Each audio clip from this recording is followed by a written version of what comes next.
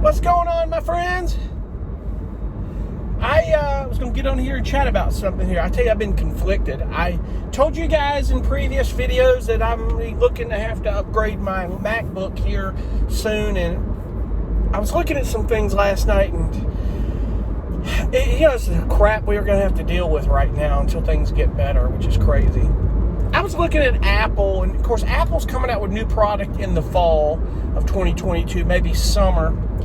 Somewhere in 2022, it's going to be the new M2 chips. It's going to be some changes, some things. It's going to be interesting, and I think I'm going to wait and see what that's all about.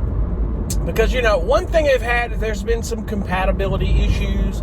You have to install what they call a software called Rosetta that Apple did, so all the M1 compatibility can link through. Because, as you know and may have heard, and maybe you didn't, Apple is manufacturing their own chips now, and they said for the speed of processing and everything else, it's amazing. A lot of people are glad they did it instead of doing the Intel. Not that there's anything wrong with Intel, but Apple pretty much could design the chip they want to work with their computers, which really is a game changer for Apple. I'm not getting in all the detail because I really don't know all the ins and outs and the tons of it. However,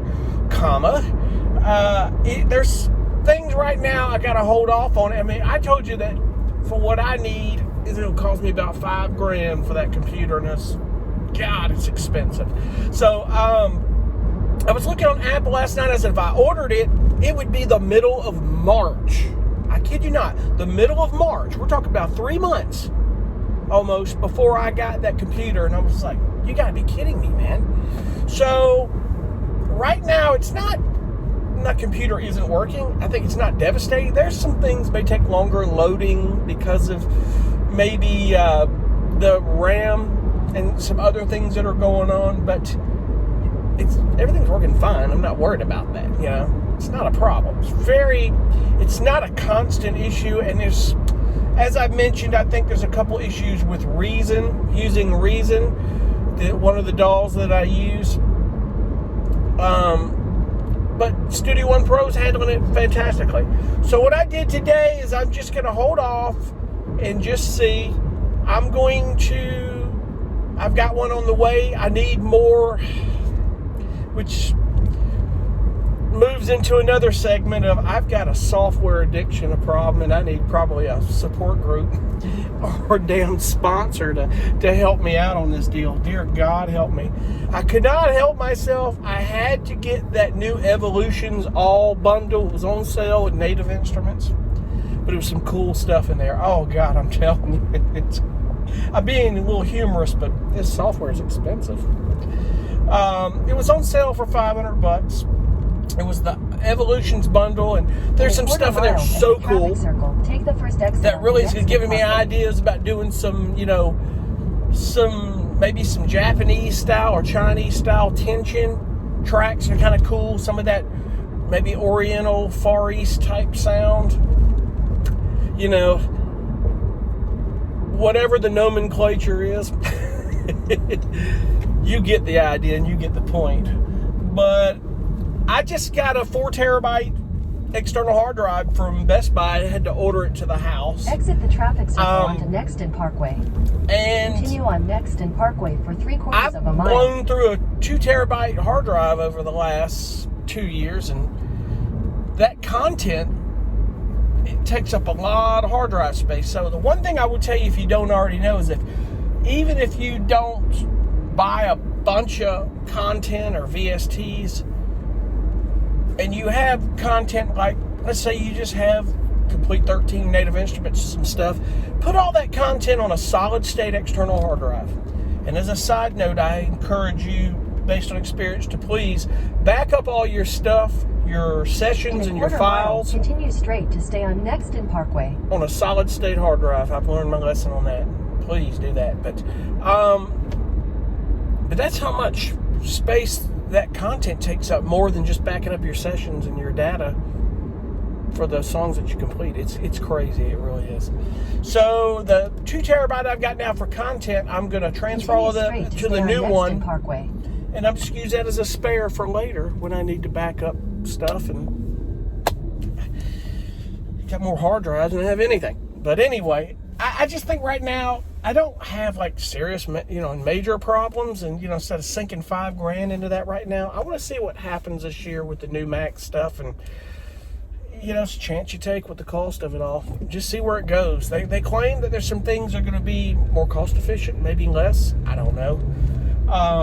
This is Apple we're talking about here. Parkway for and 6 Apple miles. is expensive product, but I'll tell you what, you're getting quality. You get what you pay for sometimes. And I just, since going to Mac for music production, being so many years to Windows, I just can't go back to Windows right now. Unless Windows just steps up to the plate and it's absolutely amazing, I'm staying with Mac right now. And I think most of you, or a lot of you, can agree.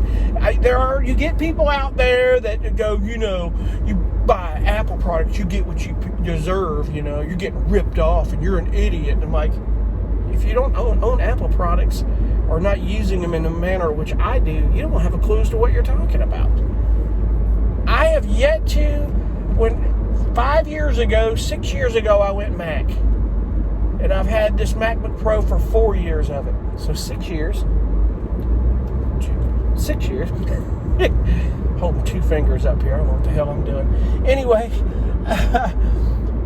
so out of 6 years, I've had very few problems, man. And it's just really amazing product, And I use everything Mac now, I haven't picked up my Windows computer in I don't know how long, maybe 2 years, if I were to guess.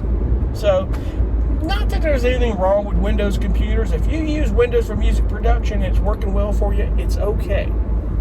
Don't misunderstand what I'm saying here. It's just worked well for me, and I'm happy with that. Most everything, 9/10 of everything that I do musically will work on a Windows computer. Now, I'm not 100% sure if Logic Pro works on a Windows computer, but I don't know. I don't have Logic Pro. I have never used Logic Pro, so I don't know. I do, however, want to find out how much room Logic Pro takes up on your hard drive, because I may go ahead and just get Logic Pro and have it before I buy another computer, because I really do want to use Logic Pro. I want to give it a spin, man, and a lot of people use it. It's all the pros are using it. It's good product. But I love my Studio One. I really do. So anyway, I'm going to hold off right now on getting another MacBook Pro. Just see where things go. Because, man, I'll tell you, it's an expense, and not really the expense, because I have to do it eventually anyway, but if it's just down to hard drive storage and it's all for my content, I still have 700 gigabytes left on my existing hard drive. So I'm not like at the end of the rope on my hard drive with, space for my MacBook. The problem is all that content, all that stuff that's in those VSTs for the native instrument stuff, for the output stuff, the Spitfire strings, that Metropolis Art strings that I should have never bought. I can't get to work. I don't know what's going on there with that. You name it, and a lot of the other stuff. There's not enough hard drive space on my MacBook to handle that. That's a lot more than 700 gigabytes worth of stuff. So just keep these things in mind. If the cost could get out of hand, and you may not need that. My thing is, I'm just gonna, for a little while, see what I do and I don't need. I really want more RAM, more random access memory. I've got 16 gigabyte, and I didn't think when I bought this that I should have gotten 64. Definitely would not have been an issue today, but it's still not an issue, because I started running some of that stuff and seeing what my RAM was at, and I've got something called Clean My Mac X. I think that's what it's called. I just got it today.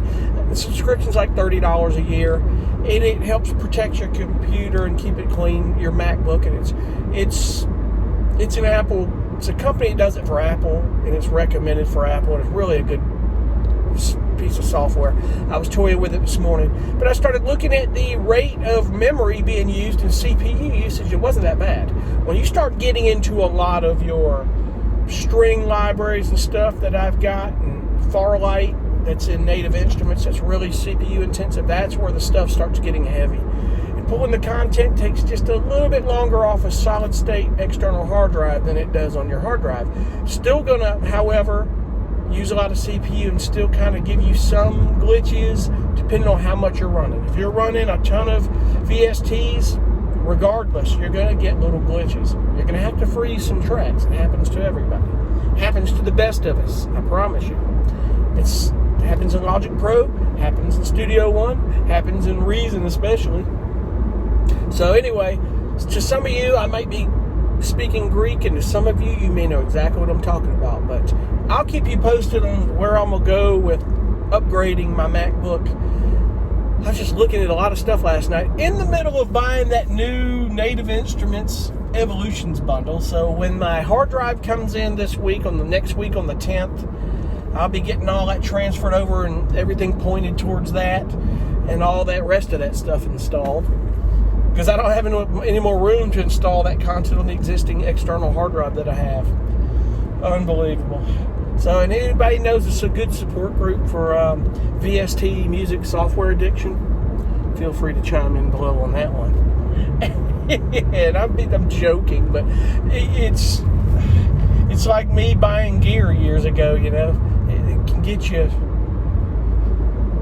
you know, with a lot of gear you're not playing and you're not using. However, on this software, it's a little bit different. There's a lot of tools that I am using and will use. Some stuff I haven't used in a while. I've got to really go sit down and start pulling it in and using it, because I've got some amazing stuff and I love it. It really is. So anyway, I'm babbling here and running heavy on time, and I'm going to get off.